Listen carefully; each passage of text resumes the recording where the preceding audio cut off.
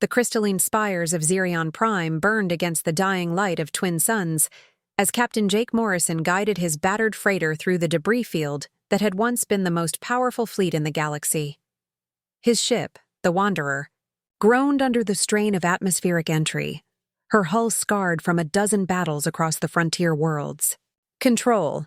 This is Independent Vessel Wanderer requesting emergency landing clearance. Jake spoke into his comm unit, his weathered hands steady on the controls despite the chaos surrounding the planet's capital.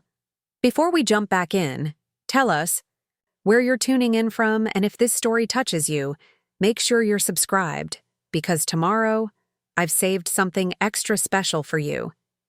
Static crackled back at him, punctuated by bursts of panicked communication in the melodic Xerion language.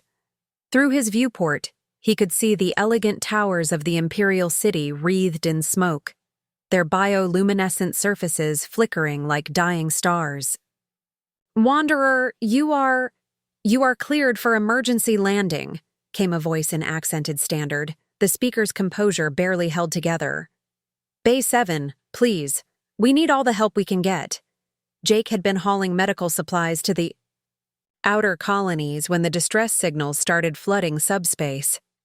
The Xerion Empire, which had stood for 3,000 years, was falling. The Vorthan Collective had finally made their move, and their war machines were systematically dismantling everything in their path. As Jake set the Wanderer down in the nearly empty landing bay, he couldn't help but marvel at the architectural beauty surrounding him. Even in crisis, the Xerions maintained their aesthetic sensibilities. The landing bay itself was a work of art, with flowing organic curves that seemed grown rather than built. "Human vessel, please state your business." A port official approached as Jake lowered the cargo ramp. The Xerion was tall and elegant, with the characteristic blue-tinted skin and silver hair of his species, but his usual composure was cracked with stress. "Medical supplies and emergency evacuation services," Jake replied, gesturing to the cargo hold filled with trauma kits and emergency rations. "Heard you folks might need some help."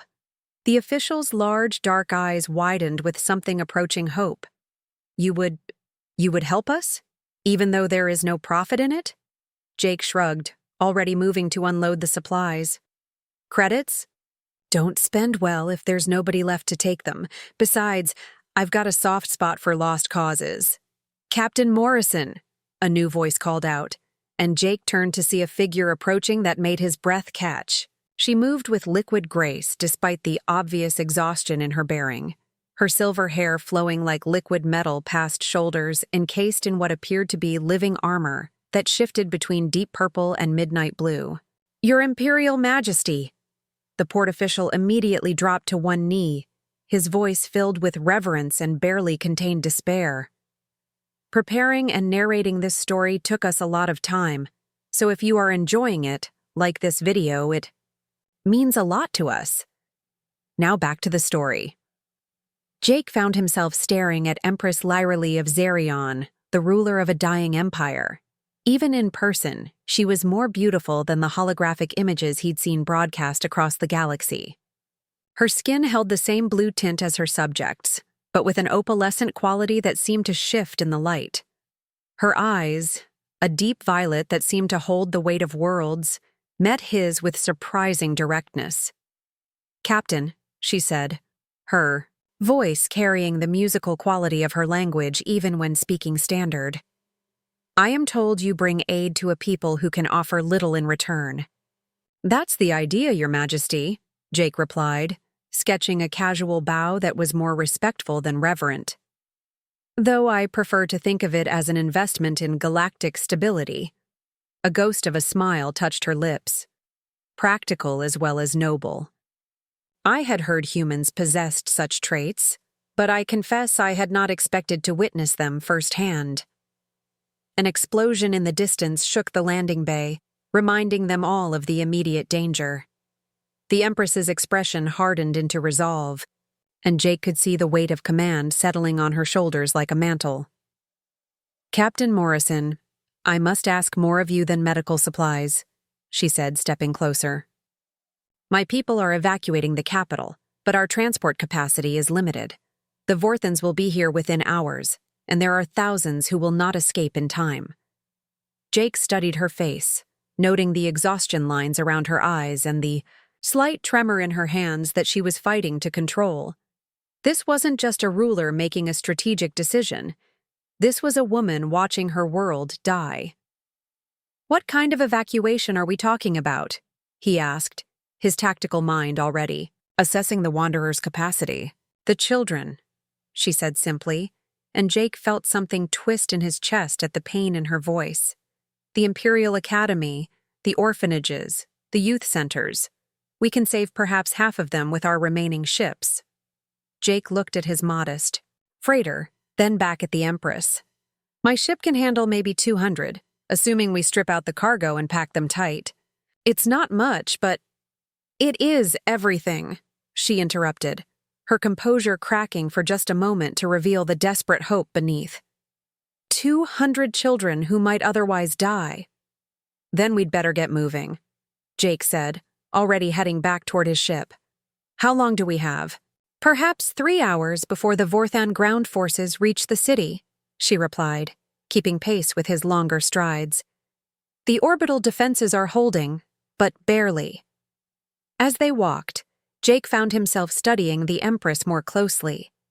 She moved with the fluid grace of a trained warrior, and he could see the subtle integration of technology into her armor that marked her as one of the Xerion's enhanced elite.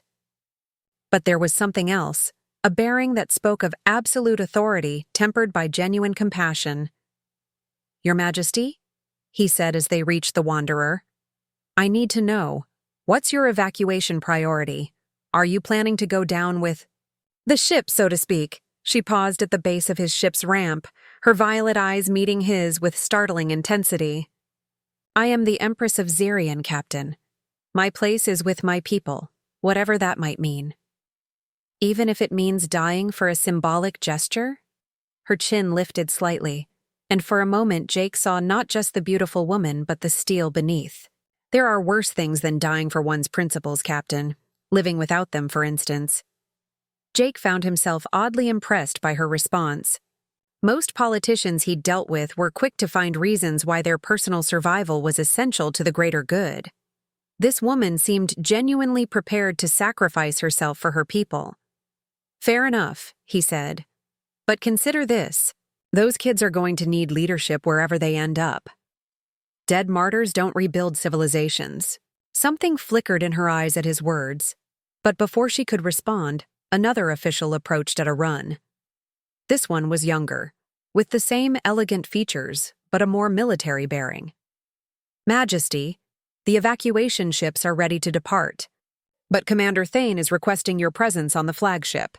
The Empress nodded, then turned back to Jake. "Captain Morrison, I must coordinate the broader evacuation, but I will return to see the children safely aboard your vessel."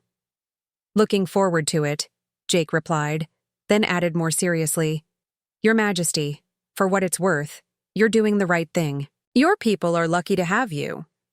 She studied his face for a long moment, as if trying to read something in his expression. "I hope history will judge it so, Captain. Though I fear there may be no one left to write that history."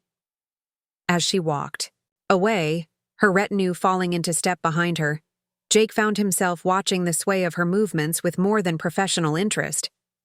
There was something about Lyrelai that went beyond her obvious beauty, a strength and dignity that remained unbroken even as her empire crumbled around her.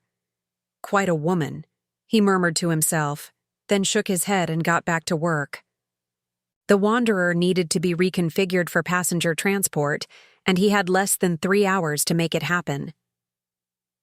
The next 2 hours passed in a blur of activity.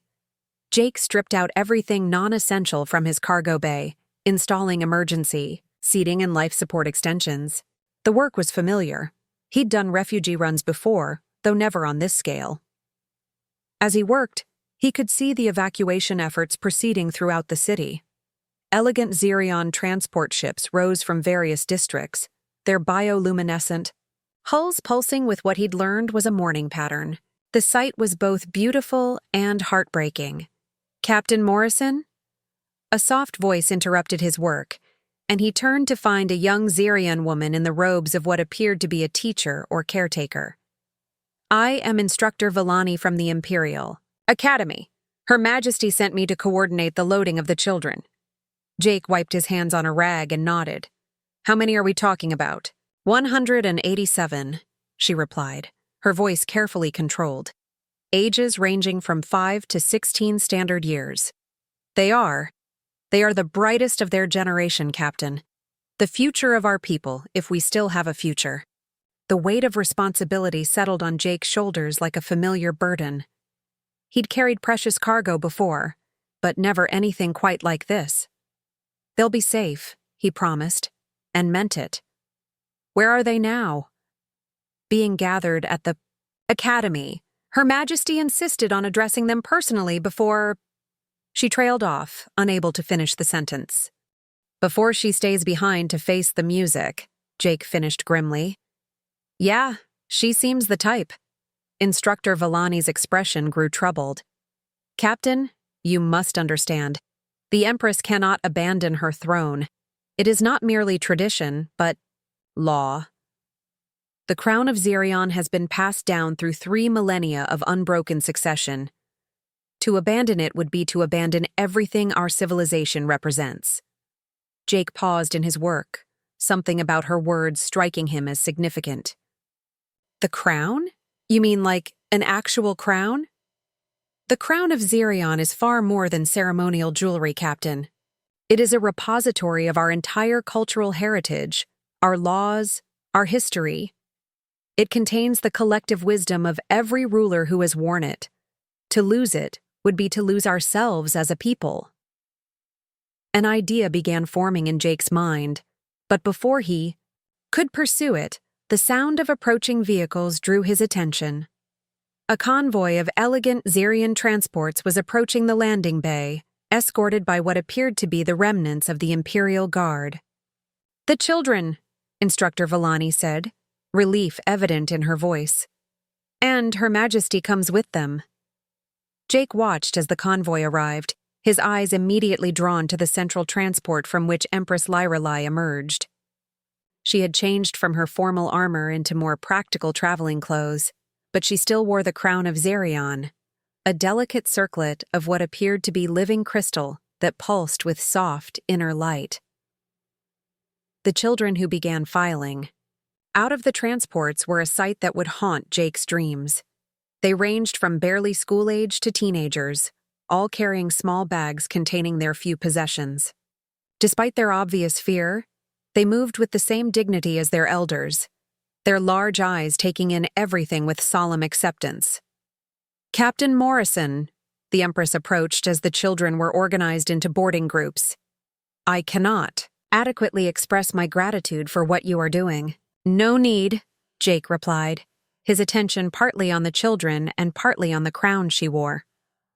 Up close, he could see that it was indeed some form of advanced technology, the crystal surface alive with shifting patterns that seemed to respond to her thoughts. "Your Majesty," he said carefully, "I've been thinking about what Instructor Villani told me, about the crown and your obligations." Her expression grew guarded. "Captain, what if there was a way to honor both? To save your people and preserve what the crown represents?" Before she could respond, a new alarm began sounding throughout the landing bay. The deep, thrumming tone was unmistakably urgent, and Jake saw the color drain from every Xerion face. "Present. The orbital platforms," the Empress said, her voice barely above a whisper. "They've fallen." Through the transparent sections of the landing bay, Jake could see the night sky lighting up with the fire of falling debris. The Vorthan fleet had broken through, and the ground assault would begin within the hour. "We need to move," Jake said, shifting into command mode. "Everyone aboard now." The loading proceeded with remarkable efficiency considering the circumstances. The children filed aboard the Wanderer with quiet dignity, helped by their instructors and Jake's hastily rigged passenger systems. The Empress moved among them, offering words of comfort and encouragement, her presence alone seeming to calm their fears. As the last child boarded, Jake found himself standing with Lyreley at the base of his ship's ramp. The landing bay was nearly empty now, most of the other evacuation ships having already departed. "Your Majesty," he said. "Last chance. There's room for one more." She shook her head, her hand touching the crown briefly. "My place is here, Captain Morrison. The crown cannot leave Xerion while the throne still stands. Then bring it with you," Jake said bluntly. "Take the crown and rebuild somewhere else. Your people need a future more than they need a monument." For a moment, her composure cracked, and Jake saw the woman beneath the ruler. Young, frightened, but determined to do what she believed was right. "It is not that simple," she said softly. "The crown is linked to the planetary core, to the very essence of Xerion itself. To remove it would be to sever our connection to our homeworld forever. And staying here will sever your connection to everything," Jake countered. "Your Majesty, with respect, what good is preserving tradition if there's no one left to carry it on?" The sound of approaching aircraft interrupted their conversation. Through the landing bay's openings, Jake could see the distinctive energy signatures of Vorten gunships on the horizon. "Time's up," he said grimly, starting up the ramp. "Last call, Your Majesty." Lyreley looked at the approaching enemy forces, then at the ship full of children depending on her decision. For a moment, Jake thought she might actually choose survival over symbolism. Instead, she stepped back from the ramp, her expression resolving into regal composure. "Take them to safety, Captain Morrison," she said formally. "See that they remember what Xerion was, even if they never see what it might have been again." Jake paused at the top of the ramp, studying her face. Something about her expression nagged at him, a look in her eyes that didn't quite match her words. "Your Majesty," he said slowly, "are you planning something?" A smile ghosted across her lips, and for the first time since he'd met her, Jake saw something that might have been hope in her eyes. "I am planning to do my duty, Captain. Safe travels." The ramp began to close, but Jake caught one last glimpse of her as she turned away, her hand once again touching the crown. There was something about the gesture that struck him as significant, though he couldn't quite place what. As the Wanderer lifted off from the dying world, Jake found himself wondering if he'd just witnessed the end of an empire, or if the enigmatic Empress had one final card to play. Either way, he had a ship full of children to protect, and a very dangerous journey ahead. The Vorthon blockade was still in place, and getting past it would require all his skill and more than a little luck. But as Xerion Prime fell away beneath them, Jake couldn't shake the image of violet eyes, and the feeling that this wasn't the end of the story, but merely the end of the first chapter. Jake had barely cleared Xerion's upper atmosphere when his proximity alarms screamed to life.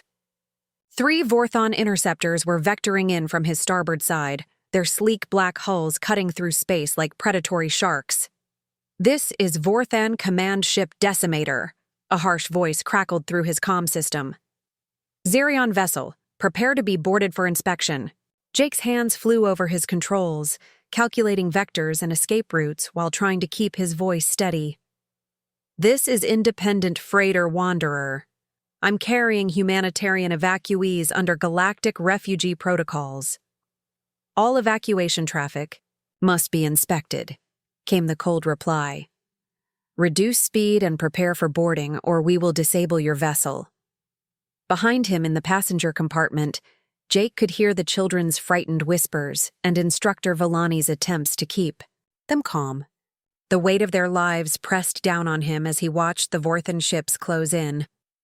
That's when his comm system chimed with an incoming transmission on a frequency he'd never seen before, a crystalline harmonic that seemed to resonate through the ship's hull itself. "Captain Morrison," came a familiar voice, though it sounded different somehow, more powerful, layered with harmonics that made his teeth ache. "This is Empress Lyreley. I need you to trust me and do exactly as I say." Jake's jaw dropped. "Your Majesty, how are you? Where are you transmitting from?" "Questions later, Captain. Right now, I need you to access your ship's quantum resonance chamber and input the following frequency sequence. My ship doesn't have a quantum resonance chamber, Jake protested, even as the Vorthen ships continued their approach. This is a 30-year-old cargo hauler, not a... It does now, Lyrelai's voice interrupted, and Jake felt a strange tingling sensation run through the ship's systems. Check your engineering panel, Section 7. Jake's fingers found the indicated panel, and his eyes widened in disbelief. Where there had been standard cargo monitoring equipment, new displays were flickering to life, showing energy patterns and harmonic frequencies that looked like nothing in any human technical manual. What the hell? He breathed, then caught himself as he heard small gasps from the passenger compartment. Your Majesty, what's happening to my ship? The crown of Xerion is not merely a repository of knowledge, Captain, came her voice, now clearly emanating from multiple points throughout. The ship. It is a living technological entity, capable of quantum entanglement across vast distances. Part of its consciousness is now bonded with your vessel's systems. The Vorthen lead ship fired a warning shot across the Wanderer's bow, close enough that Jake could see the plasma bolt's afterglow through his viewport. Fascinating as this is, Jake said through gritted teeth, I've got more immediate problems. Those interceptors aren't going to wait much longer. Input the sequence, Captain. Trust me. Jake's fingers moved over the alien controls that had somehow integrated themselves into his ship's systems. The moment he completed the sequence, the Wanderer transformed. Where before it had been a simple cargo vessel, Jake suddenly found himself piloting something that felt alive. The ship's responses became fluid, organic, as if it were responding to his thoughts rather than his controls. Energy flowed through conduits he hadn't known existed, and new sensory data flooded his consciousness. By the void, he whispered, feeling the ship's newfound capabilities like an extension of his own body. This is incredible. The crown has temporarily merged with your vessel's quantum matrix, Lyrelai explained, her voice now seeming to come from the ship itself. You now pilot not just a freighter, but a hybrid of human engineering and Xerion biotechnology. The lead Vorthen interceptor fired again, but this time Jake was ready. The Wanderer moved like a living thing, flowing around the plasma bolt with impossible grace. Jake found himself anticipating the ship's movements, working in harmony with its enhanced systems. Impossible, came the Vorthen commander's voice over the comm.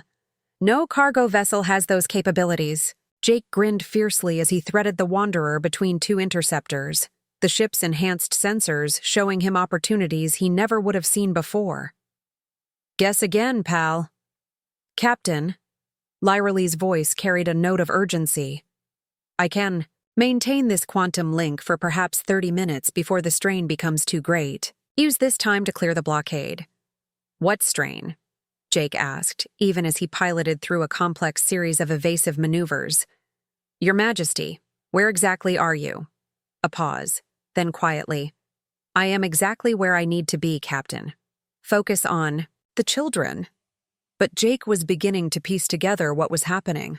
The crown's consciousness was somehow distributed between his ship and wherever Lyrelai was, creating a quantum entanglement that allowed her to enhance his vessel's capabilities.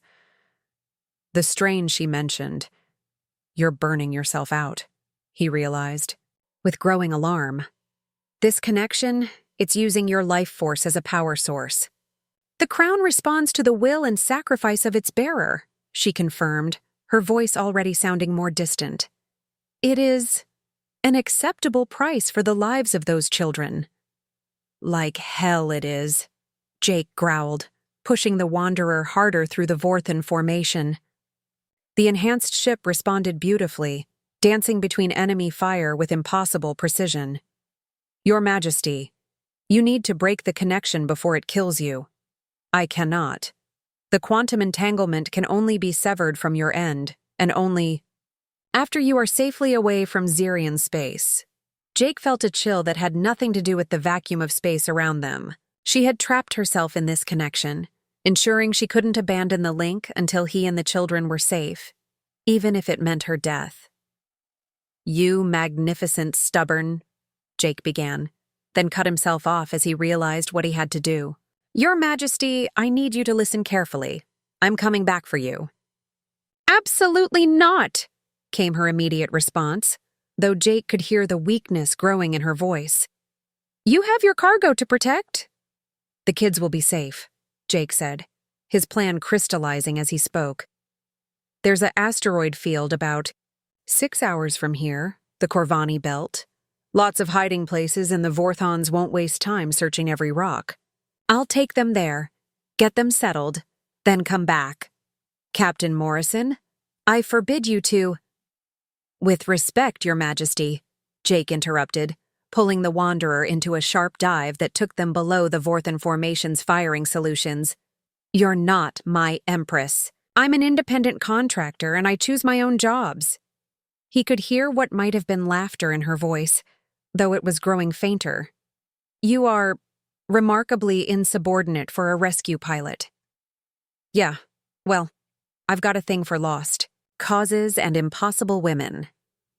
The Wanderer cleared the last of the Vorthon interceptors, their enhanced speed and maneuverability leaving the enemy ships struggling to keep up. As they reached the edge of Xerion's gravity well, Jake felt the ship's exotic capabilities beginning to fade. "The connection is weakening," Lyra Lee confirmed, her voice now barely a whisper.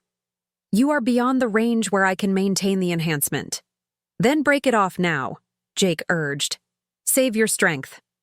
"Not yet. There are patrol ships ahead.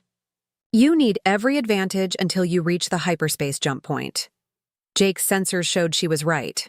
A squadron of Vorthon cruisers was moving to intercept them, their massive bulk bristling with weapons. Even with the Crown's enhancements, the Wanderer would be hopelessly outgunned. "I have an idea," Lyra Lee said, her voice barely audible now, "but it will require the last of my strength." "Don't you dare. The Crown can create a quantum distortion field," she continued, ignoring his protests. "It will mask your hyperspace signature, but only for a single jump. Choose your destination carefully." Jake felt the ship's systems surge one final time as Lyra Lee poured the last of her energy into the enhancement. The Wanderer's hull shimmered, with opalescent light, and his navigational systems showed options he'd never seen before, courses that would bend space-time itself to hide their passage. "Corvani Belt, Sector 7, he said quickly, inputting the coordinates. "There's an old mining station there that should be abandoned."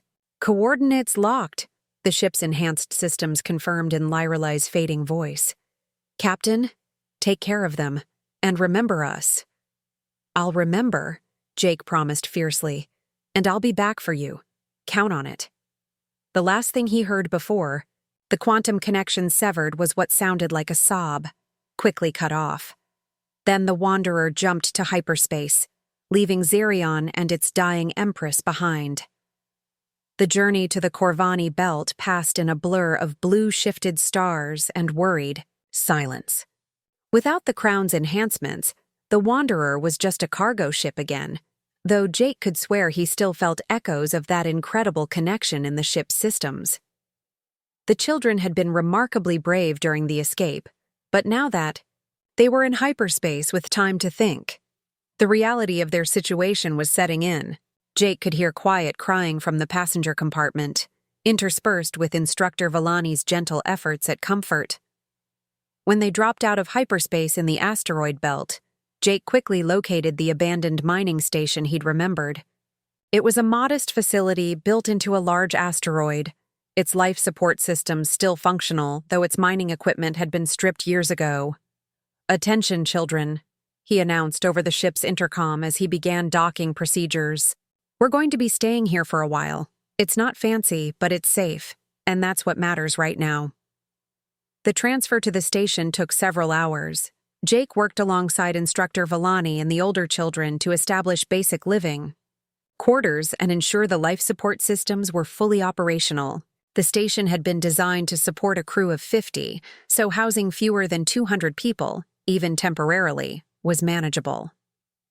As night cycle settled over their improvised refugee camp, Jake found himself standing in the station's observation deck, staring out at the swirling debris field that now protected them.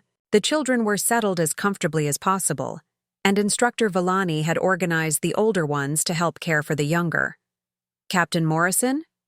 A small voice drew his attention, and he turned to find a young Xerion girl, perhaps 8 years old, looking up at him with large, solemn eyes.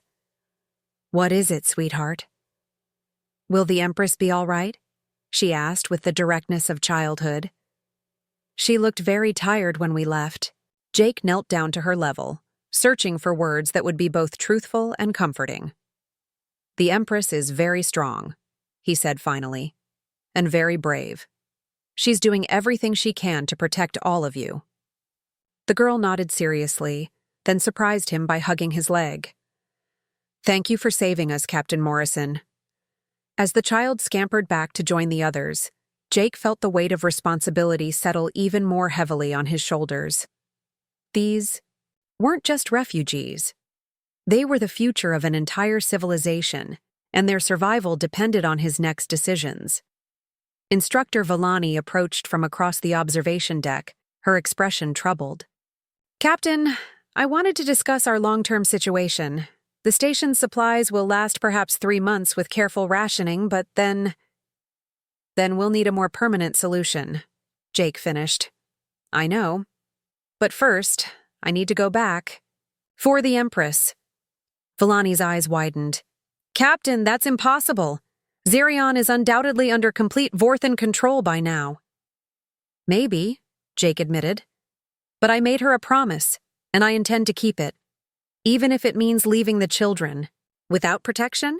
Jake was quiet for a long moment, weighing duty against desire, practicality against promise. Finally, he spoke. "Instructor, I need you to be honest with me. What are the chances these kids can rebuild Xerion civilization without their Empress?" Villani considered the question carefully. "Minimal," she admitted. "The children are bright, but they lack the cultural knowledge, the genetic memories that the crown provides. Without the Empress and the crown, they would become simply another group of refugees, not the carriers of our heritage." "Then bringing her back isn't just about keeping a promise," Jake said, his resolve hardening. "It's about giving these kids a real future. But the risks are manageable," Jake said, though he wasn't entirely sure he believed it. "I'll wait until the immediate search dies down, then go back. The Wanderer still has some of those quantum enhancements in her systems, faint echoes, but maybe enough to get me through the blockade." Villani studied his face in the dim light of the observation deck. "Captain, may I ask you something personal?" Jake nodded. "This dedication to rescuing the Empress, is it purely strategic?" Jake was quiet for a long moment, then smiled ruefully. "Let's just say I've developed a professional interest in seeing the job done right." But even as he said it, Jake knew he was lying to himself. The truth was, something about Lyreley had gotten under his skin.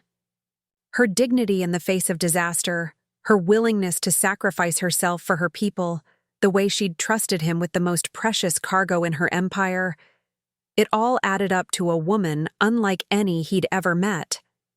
And if he was being completely honest, the thought of her dying alone on a conquered world while he ran away with her people was unacceptable on a level that had nothing to do with strategy or duty.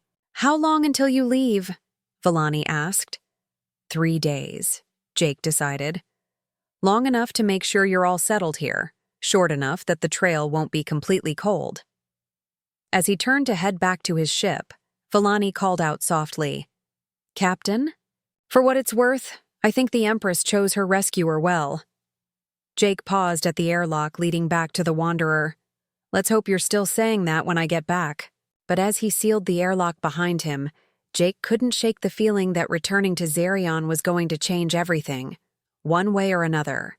And somewhere in the back of his mind, he could still hear the echo of Lyreley's voice, growing, fainter but somehow still connected to his ship's systems. The quantum bond might have been broken, but something else was beginning to form between them. Something that transcended technology and reached into the realm of the heart. Jake had been preparing for his return to Xerion for 2 days when the Wanderer's quantum echoes suddenly flared to life. He was in the ship's cramped workshop, modifying sensor arrays to better penetrate Vorthan scanning frequencies, when every enhanced system aboard lit up like a supernova. "Captain Morrison?" came a voice so faint he almost thought he'd imagined it. "Can you hear me?" Jake dropped his tools and rushed to the makeshift quantum communication panel. "Your Majesty? Lyrelai, is that you?" The response came through layers of static and interference, but it was unmistakably her voice. "Jake, I don't have long. The Crown's power is nearly depleted, and the Vorthans are—" The signal dissolved into quantum noise. "Lyrelai." Jake fought with the controls, trying to boost the signal. "Where are you? Are you hurt?" Her voice came back, stronger this time but carrying notes of exhaustion and pain. "I'm in the deep chambers beneath the Imperial Palace. The Vorthans haven't found the ancient passages yet, but they're getting closer.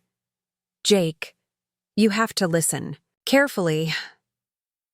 "I'm listening," he said, his hands automatically running pre-flight checks even as he spoke.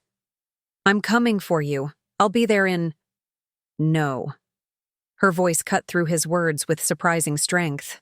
"The orbital blockade has tripled. It's a death trap. But there's another way." Jake paused in his preparations. "What other way?" "The Crown." "It's not just a technological device, Jake. It's a living entity, and it's been trying to tell me something since the connection formed between us. There's a reason it bonded with your ship so easily. Because I'm devastatingly charming?" Jake quipped, though his tone was tight with worry. Despite everything, he heard her soft laugh through the static. "Because you're compatible, you impossible man. The Crown doesn't just enhance technology, it bonds with worthy individuals. It chose you, Jake, the same way it chose the first Xerion emperors 3 millennia ago." Jake felt a chill run down his spine. "What are you saying?" "I'm saying the quantum echoes in your ship aren't fading. They're growing stronger. The Crown has marked you as a potential bearer." The implications hit Jake like a plasma bolt to the chest. "You want me to become some kind of alien?" "Emperor?" "I want you to help me save my people," Lyrelai said firmly. "But Jake, there's something else. If you accept the Crown's bond fully, it will change you. Permanently. You won't be entirely human anymore." Jake was quiet for a long moment, processing what she'd told him. Around him, the Wanderer's enhanced systems hummed with increasing intensity, as if responding to the conversation itself. "What would I become?" he asked finally. "Something new. A bridge between species. Like the hybrid children in your fairy tales, the Crown carries the genetic templates of every Xerion ruler. It could merge those patterns with your human genetics. And if I say no?" Static filled the comm for several heartbeats before her voice returned, barely audible. "Then you stay, safe, and I die here. And the children you saved grow up as refugees without their heritage." Jake closed his eyes, feeling the weight of the choice settling on his shoulders. When he opened them again, his expression was resolute. "How do we do this?" "Jake, are you certain? Once the process begins, there's no going back. You'll be bound to Xerion and its people for the rest of your life." "Sweetheart," Jake said, surprising himself with the endearment. "I've been bound to lost causes my whole life. Might as well make it official." Her voice, when it came back, was warm with something that might have been love. "The Crown will guide you through the transformation, but you need to reach the planetary surface first. The full bonding can only happen in proximity to Xerion's core." "About that orbital blockade?" "There's a way through," Lyrelai said, her voice gaining strength as if drawing energy from his decision. "The Crown is showing me patterns in their patrol routes. If you time it perfectly, there's a 15-minute window where the northern approach is vulnerable." Jake was already strapping himself into the pilot's seat. When? 6 hours from now. Jake, you need to understand. Even if you make it to the surface, the palace is heavily guarded. The Vorthons have established their command center in the throne room itself. Then I guess I'll have to be creative, Jake said, firing up the Wanderer's engines. Your Majesty, I need you to conserve your strength. No more long-range communications until I reach you. Jake. Her voice was fading again. Be careful. I need you to survive this. The connection cut off, leaving Jake alone with the hum of his ship's systems and the growing certainty that he was about to attempt something spectacularly dangerous. The journey back to Xerion space took 4 hours at maximum burn. Jake spent the time studying the quantum patterns the Crown had somehow downloaded into his ship's computers, learning to interpret Vorthon patrol schedules and defensive formations in ways that shouldn't have been possible for human intuition. Xerion Prime grew larger in his viewport. Jake could see the devastation the Vorthons had wrought. The planet's beautiful bioluminescent cities were dark, their organic architecture scarred by weapons fire. Orbital stations hung in space like broken jewelry, their elegant curves twisted by explosions. You bastards really did a number on her, Jake muttered, adjusting his approach vector according to the Crown's guidance. The quantum echoes in his ship suddenly spiked, and Jake felt something that was almost like Lyra Lee's presence brush against his consciousness. Not communication, exactly, but awareness. She was down there, waiting, and the Crown was somehow keeping her alive on borrowed time. Jake's sensors showed the Vorthon blockade spread out before him like a steel net. Massive battlecruisers held the primary orbital positions, while smaller, patrol craft wove between them in seemingly random patterns. To any normal observer, it would have looked impenetrable, but Jake was seeing it through the Crown's enhanced perception now, and the patterns became clear. There, a gap in the coverage that would open for exactly 14 minutes and 37 seconds when the patrol cycles aligned. Time to see if this crazy plan actually works, Jake said, diving the Wanderer toward the window of opportunity. The ship responded to his commands with fluid grace, the quantum enhancements guiding him through a path that threaded between sensor, sweeps, and patrol routes with impossible precision. Jake found himself piloting not just by sight and instruments, but by intuition, enhanced by alien technology. Unidentified vessel, came a harsh Vorthon transmission as Jake approached the planetary atmosphere. You are in violation of military occupation protocols. Heave to immediately or be destroyed. Jake killed his transponder and dove deeper into Xerion's atmosphere, using the planet's magnetic field to mask his energy signature. The Wanderer shuddered under atmospheric entry stresses, but the quantum enhancements held her together through maneuvers that should have torn her apart. Below him, the Imperial capital spread out like a wounded jewel. The crystalline spires, that had once pulsed with bioluminescent life, were dark and broken, and Jake could see Vorthon military installations scattered throughout the city like metallic cancers. The Crown's guidance led him to a landing site in the ruins of what had once been a botanical garden near the palace complex. Jake set the Wanderer down among the broken trees and flowering vines, the ship's hull still glowing with entry heat. As he gathered his gear, plasma rifle, emergency kit, and the small quantum communicator he'd jury-rigged, Jake felt the planetary surface's effect on the Crown's echoes. The technology responded to Xerion's core with increasing intensity, and he could sense Lyra Lee's presence more clearly now. She was below him, deep in the palace's ancient chambers, but she wasn't alone. Jake's enhanced perception could detect Vorthon search parties methodically working their way through the underground passages. Time to crash a party, Jake muttered, heading for the palace through the ruined streets. The city was a ghost of its former glory. Jake moved through empty districts where elegant Xerion architecture had been systematically destroyed or defaced with Vorthon military efficiency.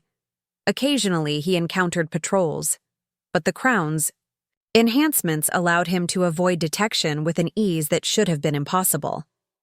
The Imperial Palace loomed before him, its organic spires now crawling with Vorthon monitoring equipment.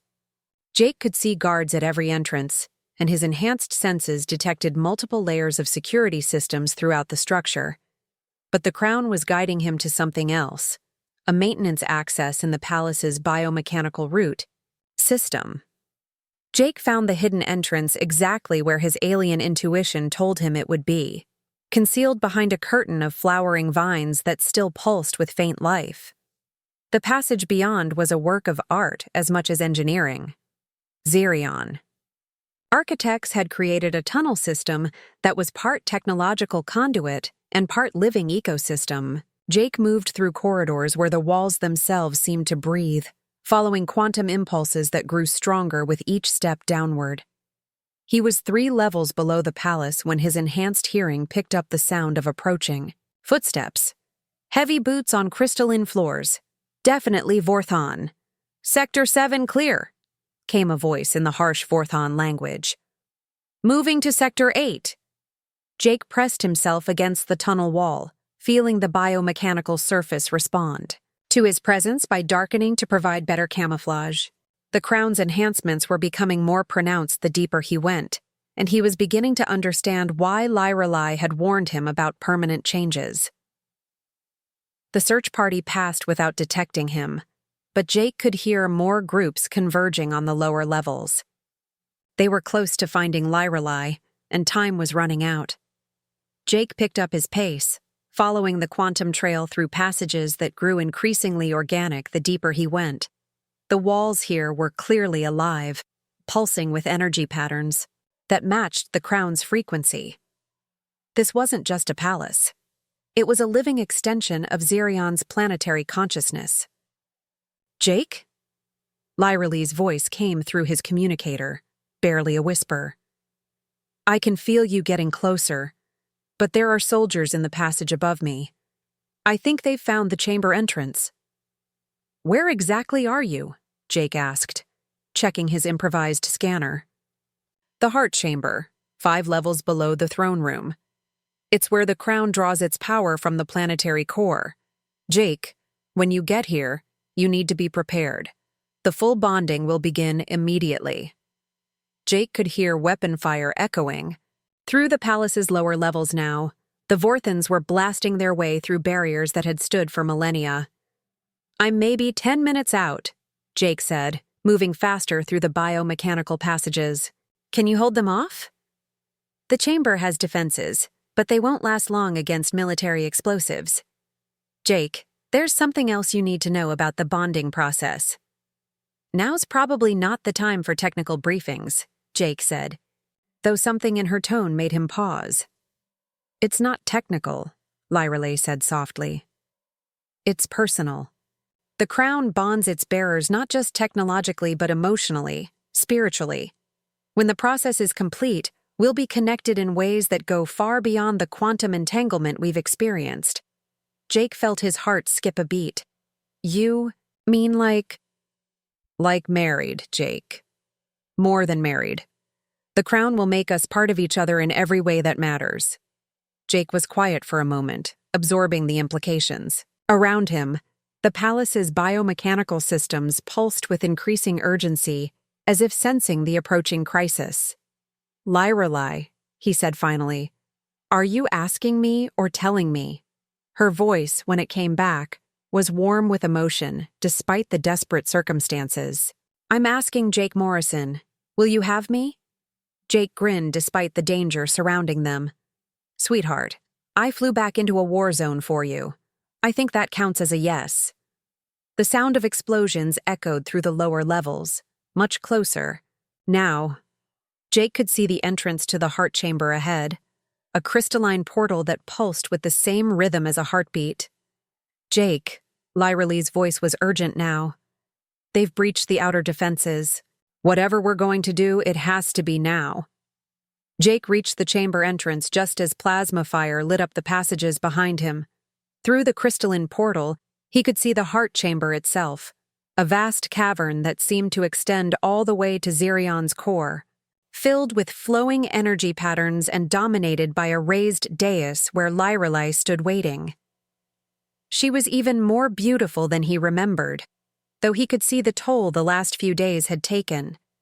Her silver hair was disheveled, her ceremonial robes torn, but the crown of Xerion still pulsed with power on her brow, and her violet eyes held a fierce determination that took his breath away.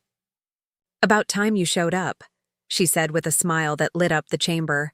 "I was beginning to think you'd changed your mind." "Not a chance," Jake replied, crossing the chamber to join her on the dais. "Though I have to say, your taste in wedding venues is pretty dramatic." Behind them, the sound of approaching soldiers echoed through the passages. The Vorthans had found the chamber entrance, and it would only be moments before they broke through. Lorelei reached out and took Jake's hands, her touch sending electrical sensations through his enhanced nervous system. "Are you ready?" Jake looked into her eyes, seeing not just the beautiful alien woman who had captured his heart, but the future they might build together, if they survived the next few minutes. "Ready," he said, and meant it completely. The crown of Xerion began to glow with increasing intensity as Lorelei raised it from her head, preparing to begin the bonding that would change both their lives forever.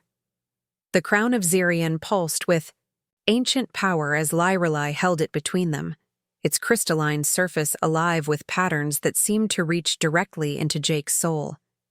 Around them, the heart chamber thrummed with energy that resonated from Xerion's core, while the sound of Vorthon soldiers blasting through the outer barriers grew closer by the second.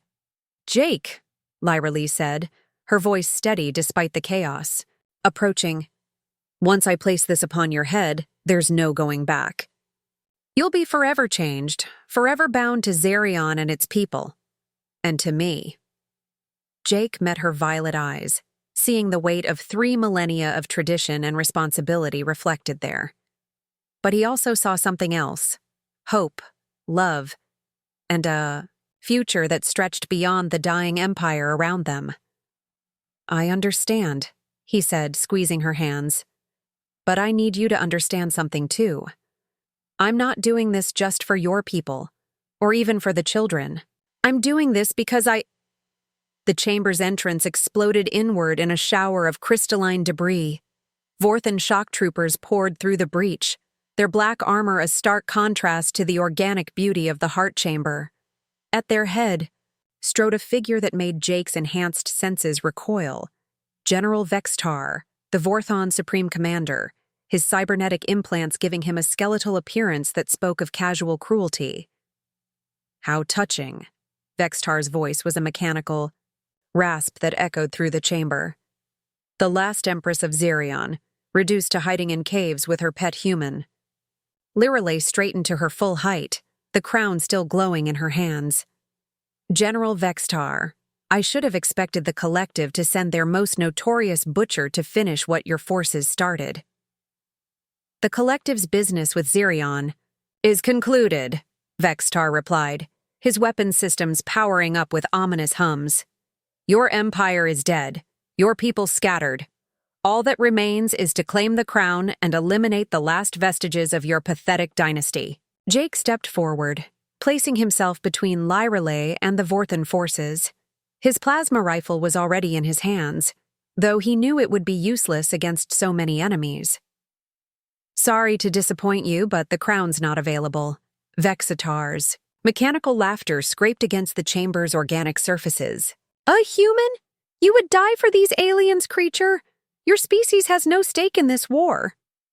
"My species has a stake in doing what's right," Jake replied, his finger tightening on the trigger.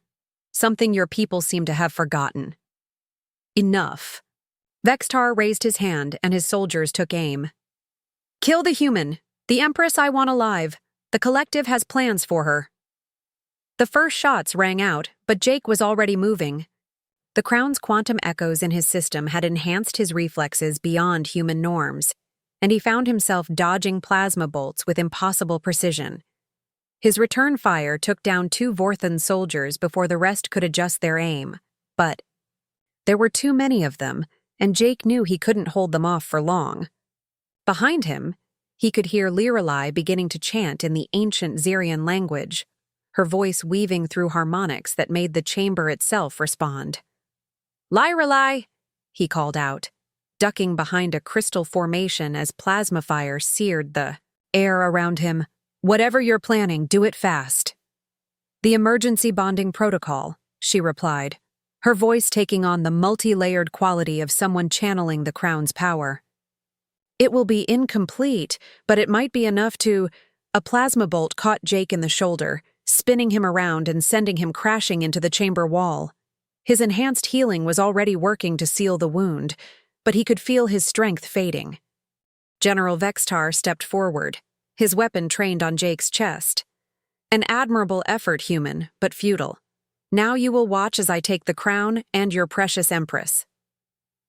"Actually," Jake said, struggling to his feet with a grin that was half pain and half defiance, "I think you're about to watch something else entirely." The crown in Lyrelei's hands suddenly blazed with light that seemed to bend reality around it. Jake felt the quantum connection between them strengthen beyond anything they had experienced before, and he realized what she was doing. "Lyrelei, no," he called out. "The bonding needs to be mutual. If you force it, it will burn me out," she finished, her voice now echoing with the power of every Xerion ruler who had ever worn the crown. "But it will also awaken every defensive system in this chamber and transfer the crown's protection to you." Jake understood with growing horror what she intended. The emergency protocol would create a one-way bond, giving him the crown's power but at the cost of her life. She was planning to sacrifice herself to stop Vextar and save her people. "Like hell," Jake snarled, and did something that surprised everyone in the chamber, including himself. He lunged forward, not away from the crown's blazing energy, but directly into it. His enhanced physiology, already changed by his exposure to Xerion technology, allowed him to withstand the initial surge of power that would have killed any normal human. "Jake." Lyrelei's eyes widened in shock as he reached her, his hands closing over hers on the crown. "Together," he said firmly, looking into her eyes as energy crackled around them. "I told you I don't abandon lost causes. That includes stubborn alien empresses who think they have to save everyone by themselves." The crown responded to their combined will with a surge of power that transformed the chamber into a maelstrom of light and energy. Jake felt the ancient technology bonding with his genetic structure, rewriting his DNA to accommodate patterns that had been refined over 3 millennia of Xerion evolution. But more than that, he felt Lyrelei's consciousness merging with his own. Not the simple quantum entanglement they had shared before, but a complete spiritual union that made them two parts of a single being. Her memories became his memories, her knowledge his knowledge, and her love for her people became his own driving purpose. General Vextar and his soldiers opened fire on the blazing figures at the chamber's center, but their plasma bolts simply vanished into the energy field surrounding Jake and Lyrelei. The crown was drawing power directly from Xerion's planetary core now, making them temporarily invulnerable. "Impossible," Vextar snarled, his mechanical features twisting with rage. "No alien magic can stand against Vorthon technology." Jake opened his eyes, and Vextar stepped back involuntarily. Where before there had been brown human eyes, now there were irises that shifted between brown and violet, holding depths that spoke of ancient wisdom and terrible power. "You're right," Jake said, his voice carrying harmonics that made the chamber walls resonate. "But this isn't alien magic. This is evolution." The transformation was complete. Jake could feel the changes in every cell of his body: enhanced strength, expanded consciousness, and a connection to Xerion's biomechanical systems that was as natural as breathing. But more importantly, he could feel Lyrelei beside him, their spirits so closely intertwined that it was impossible to tell where one ended and the other began. "My Emperor," Lyrelei said softly, and Jake felt the title settle around him like a mantle of responsibility and power. "My Empress," he replied, understanding flowing between them without need for words. Together, they turned to face the Vorthon invaders, and Vextar finally understood what he was truly facing. Not a dying empire's last gasp, but the birth of something entirely new. "The chamber's defenses are responding to us," Lyreley observed, her consciousness meshing perfectly with Jake's enhanced perceptions. Jake nodded, feeling the ancient systems awakening around them. "And it's not just this chamber. Every Xerion installation across the galaxy is coming back online." It was true. Through their bond with the Crown, they could sense Xerion outposts, hidden bases, and sleeper systems that had been dormant for centuries suddenly returning to life. The Empire hadn't been as thoroughly destroyed as the Vorthons had believed. "This is impossible," Vextar repeated, but his voice held less certainty now. "The collective conquered every Xerion world, destroyed every fleet." "You conquered the worlds we let you see?" Jake interrupted, his new understanding of Xerion's strategy flowing through the Crown's ancient memories. "You destroyed the fleets we chose to sacrifice. But the real power of Xerion was never in grand displays of military might. It was in patience," Lyreley continued seamlessly. "In planning for possibilities that wouldn't come to pass for generations. In preparing for this moment." The chamber's biomechanical systems were fully active now, responding to the new Emperor and Empress with the enthusiasm of a pet greeting its returning masters. Defensive barriers rose from the floor, while weapons that had been hidden in the chamber's organic architecture swiveled to target the Vorthon soldiers. "You see," Jake said conversationally as Vextar's forces found themselves surrounded by hostile technology, "the Crown doesn't just preserve knowledge and enhance its bearer. It learns.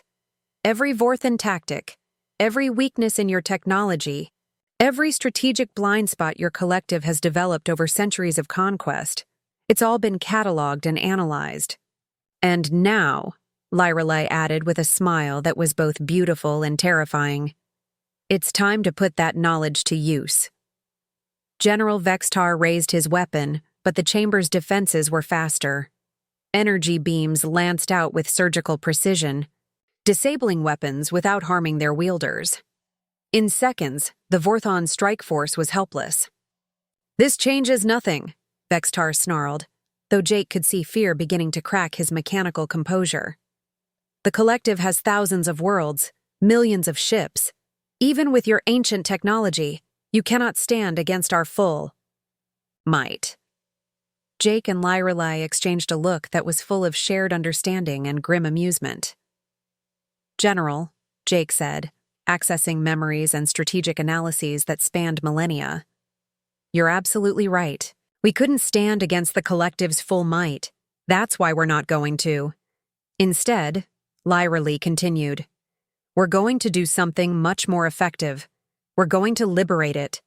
Through the Crown's connection to Xerion technology, scattered across the galaxy, they began broadcasting a signal unlike anything the collective had ever encountered. Not a weapon or a virus, but something far more dangerous. The truth. Every world the Vorthons had conquered received the same message simultaneously. The real history of the collective's expansion, the genocide of peaceful species, the systematic destruction of cultures and civilizations. But more than that, they broadcast the template for resistance, technological upgrades and tactical innovations that would allow conquered peoples to throw off their oppressors. "What have you done?" Vextar demanded, his cybernetic implants sparking as he tried to process the scope of what was happening. "What we should have done a long time ago," Jake replied. "We've given every enslaved world in your empire the tools to free itself. And we've sent a fleet to help them do it," Lyreley added, her consciousness linked to ships emerging from hidden bases throughout the galaxy. The Xerion fleet that was revealing itself wasn't the parade ground formation the Vorthons had faced before. These were ships that had been redesigned and enhanced over centuries of preparation, crewed by volunteers from every species the collective had oppressed. And at their heart was something that made even Jake's enhanced perceptions struggle to comprehend.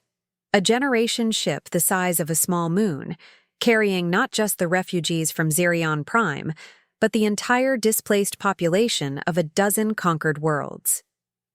"The children you helped us save," Lirelei explained, seeing Jake's amazement.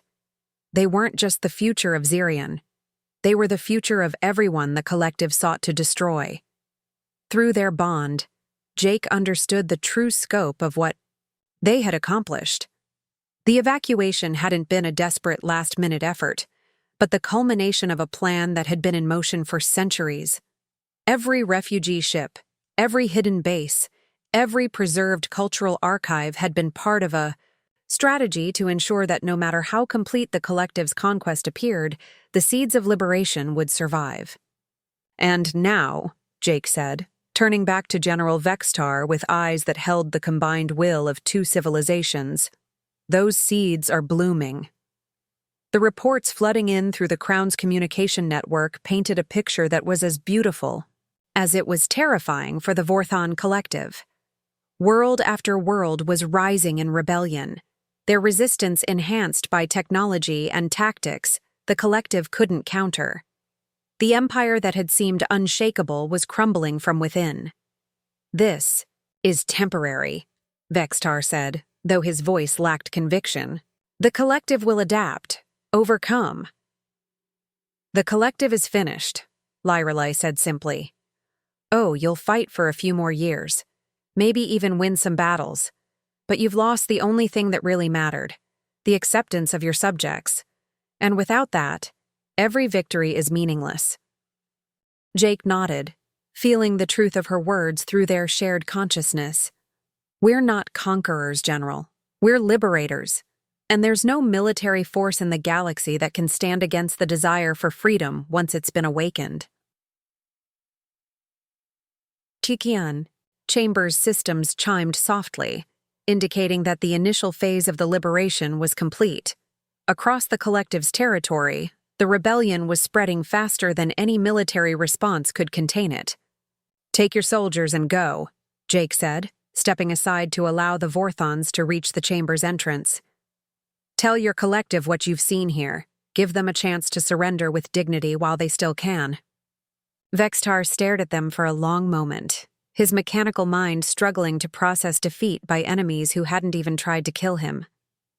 Finally, he turned and led his soldiers from the chamber, leaving Jake and Lirelei alone in the heart of Xerion. "So," Jake said, turning to face his new wife and co-ruler. "That was unexpected." Lirelei laughed, the sound echoing through the chamber like music. "Which part? The successful bonding? The planetary liberation? Or the fact that we just ended a galactic war without firing a shot?" "All of it," Jake admitted, pulling her close. Through their bond, he could feel her joy, her relief, and her love flowing into him like warm sunlight. "Though I have to say, when I flew back here, I was expecting more of a traditional rescue scenario. And instead, you got a crown, an empire, and a wife who comes with several million refugees," Lirelei teased, her arms wrapping around his neck. "Best deal I ever made," Jake said, leaning down to kiss her. The contact sent sparks through their shared consciousness, amplifying the sensation until they both gasped. "That's going to take some getting used to," Lirelei murmured against his eye. "Lips. We've got time," Jake replied, holding her close as the chamber's biomechanical systems hummed contentedly around them. "After all, we've got a new civilization to build." Through the Crown's connection, they could sense the wanderers still waiting in the ruined garden above them, and beyond that, the children and refugees who were depending on them to create a future worth living. "Ready to go home?" Jake asked. Lirelei smiled, her hand finding his as they walked toward the chamber's entrance. "Ready to build one." Together, the new Emperor and Empress of Xerion stepped out into a galaxy that was already beginning to transform itself, their love story having become the catalyst for the greatest liberation in galactic history. And somewhere in the quantum depths of the crown they now shared, ancient wisdom was already beginning to plan for the challenges and wonders that lay ahead. The Empire was dead. Long live the new world they would build together.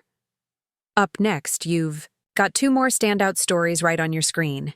If this one hit the mark, you won't want to pass these up. Just click and check them out. And don't forget to like, subscribe, and turn on the notification bell so you don't miss any upload from us.